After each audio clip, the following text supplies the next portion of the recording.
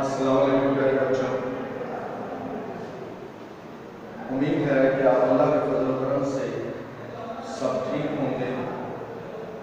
میں آپ کا ٹیچر جیمس سدھو آج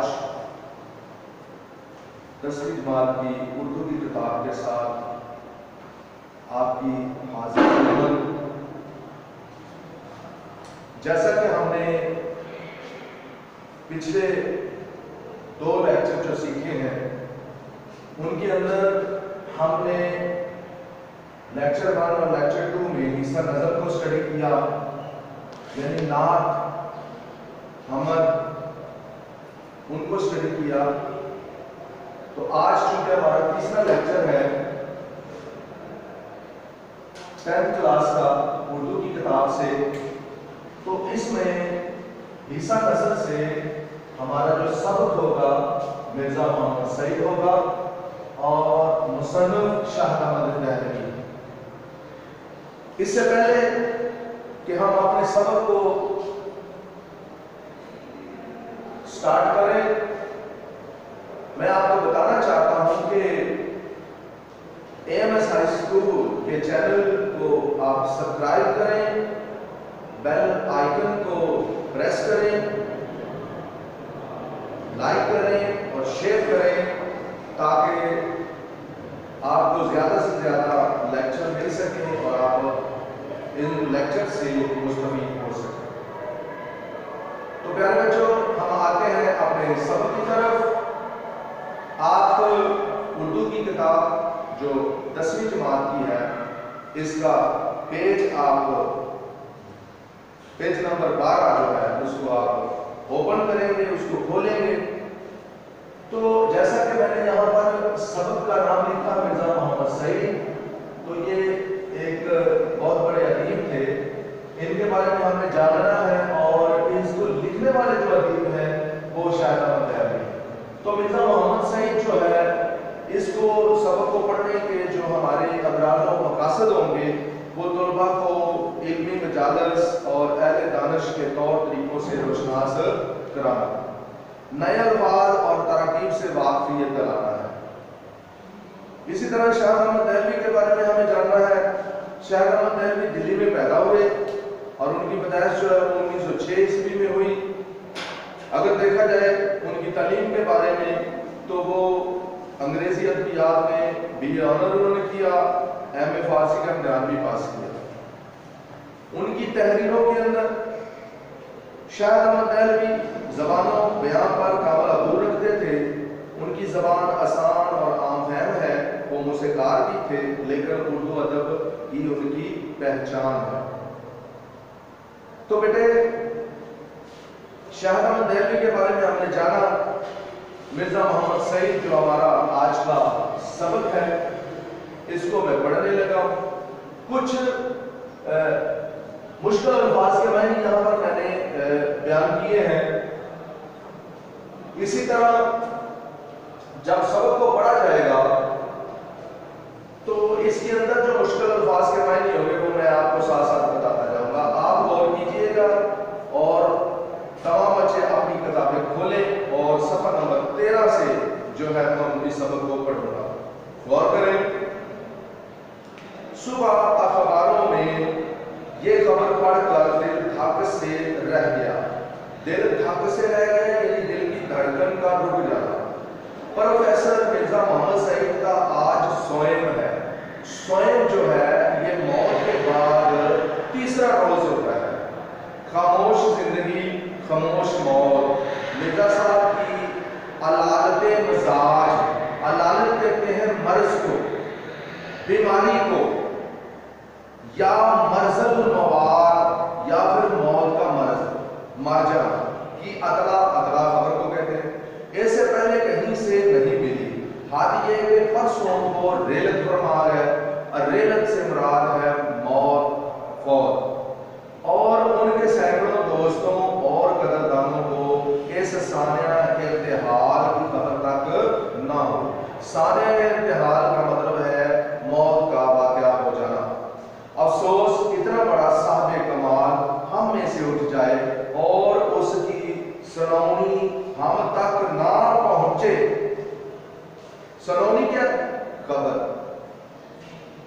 اتنے بے خبر ہیں ہم لوگ، زندہ قوموں کا یہ شعار نہیں ہے، شعار سلیقے کو کہتے ہیں کہ اپنے اہل کمال سے غافل ہو جائے۔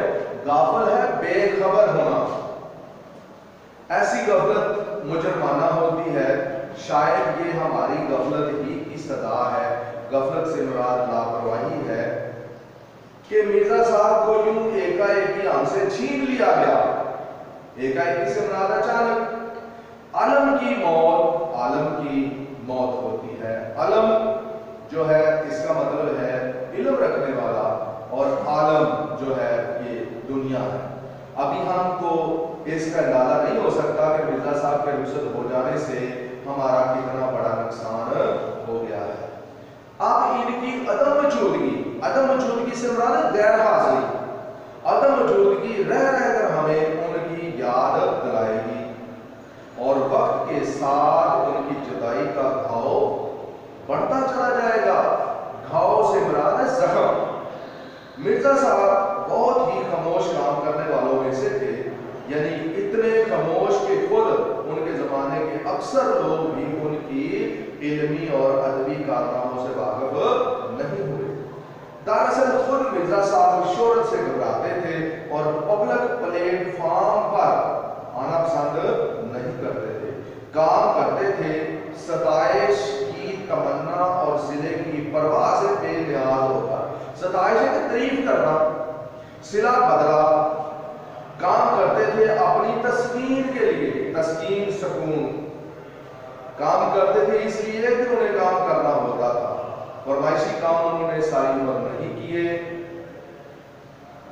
انہوں نے اب سے 55 سال پہلے سر عبد القادر کے رسالے مخزن میں مضامین لکھے، مگر شیخ صاحب کی فرمائش پر نہیں، بلکہ جب خود ان کا جی لکھنے کو چاہا۔ مرزا صاحب کسی کو خوش کرنے کے لیے نہیں لکھتے تھے۔ مرزا صاحب پیسے کے لیے بھی نہیں لکھتے تھے، پیسے کی تو انہوں نے کبھی پرواہ نہیں کی، بلکہ پیسے کے ذکر پر وہ چڑھ جاتے تھے اور انہیں منانا مشکل ہو جاتا تھا۔ لاہور کے اکثر پبلشروں نے مرزا صاحب سے کتابیں لکھوانی چاہیں اور بڑی بڑی رقمیں پیش کی، مگر مرزا صاحب نے انہیں ایک لفظ بھی لکھ کر نہیں دیا، اور جب اپنا پہلا ناول یاسمین لکھا تو اپنے ایک شاگرد پبلشر کو بے مزد دے دیا۔ بے مزد سے مراد بغیر کچھ لیے دیے۔ اس کے کچھ عرصے بعد دوسرا ناول خواب ہستی لکھا، اسے بھی بغیر کچھ لیے دیے چھپوا دیا۔ ایک پبلشر صاحب لاہور سے دلی محض اس غرض سے آئے تھے کہ مرزا صاحب سے ناول لکھوائیں گے۔ محض کا مطلب ہے صرف۔ جی میں نے انہیں سمجھایا کہ مرزا صاحب نہیں لکھیں گے، مگر وہ بڑے بڑے مصنفوں کو خرید چکے تھے۔ نہ مانے، بولے ہم انہیں ایک ناول کا 1000 روپیہ دیں گے تو وہ کیوں نہیں لکھیں گے۔ یہ وہ زمانہ تھا کہ 200-250 روپے میں اچھا خاصا ناول پبلشر کو مل جاتا تھا۔ چنانچہ مجھے اپنے ساتھ لے کر مرزا صاحب کی خدمت میں حاضر ہو۔ میں نے تعارف کرایا۔ مرزا صاحب کا ماتھا ٹھنکا سے مراد ہے دماغ میں کوئی بات آ جانا، پہلے سے آگاہی ہو جانا۔ پبلشر صاحب نے چھوٹتے ہی ناول لکھنے کی فرمائش کی۔ مرزا صاحب بڑے ٹھنڈے مزاج کے آدمی تھے، بولے آپ میرے ناول کے 5000 دے دیں گے، 10,000 دے دیں گے، مجھے یہ منظور نہیں ہے کہ جو کام کر رہا ہوں اسے چھوڑ کر آپ کے لیے ناول لکھوں۔ 5-10 ہزار کی بات سن کر پبلشر صاحب کی سیدھی گونگ ہو گئی، بولتی بند ہو جانا، حیران ہو جانا، اور 2-4 منٹ پہلے بدل کر رخصت چاہیے۔ مرزا صاحب اس زمانے میں اپنی مرکزہ کتاب مذہب اور باطنیت لکھ رہے تھے، جسے مکمل ہونے کے بعد ان کے دوست پروفیسر تاجور نجیب آبادی ان سے لے گئے اور لاہور سے وہ کتاب شائع ہوئی۔ مرزا صاحب کا یہ صرف یہی ایک علمی کارنامہ ہے، مگر ایسا کارنامہ کہ اردو کی اگر 100 عمدہ کتابیں چھانٹی جائیں تو ان میں مذہب اور باطنیت کو ضرور شریک کرنا پڑے گا۔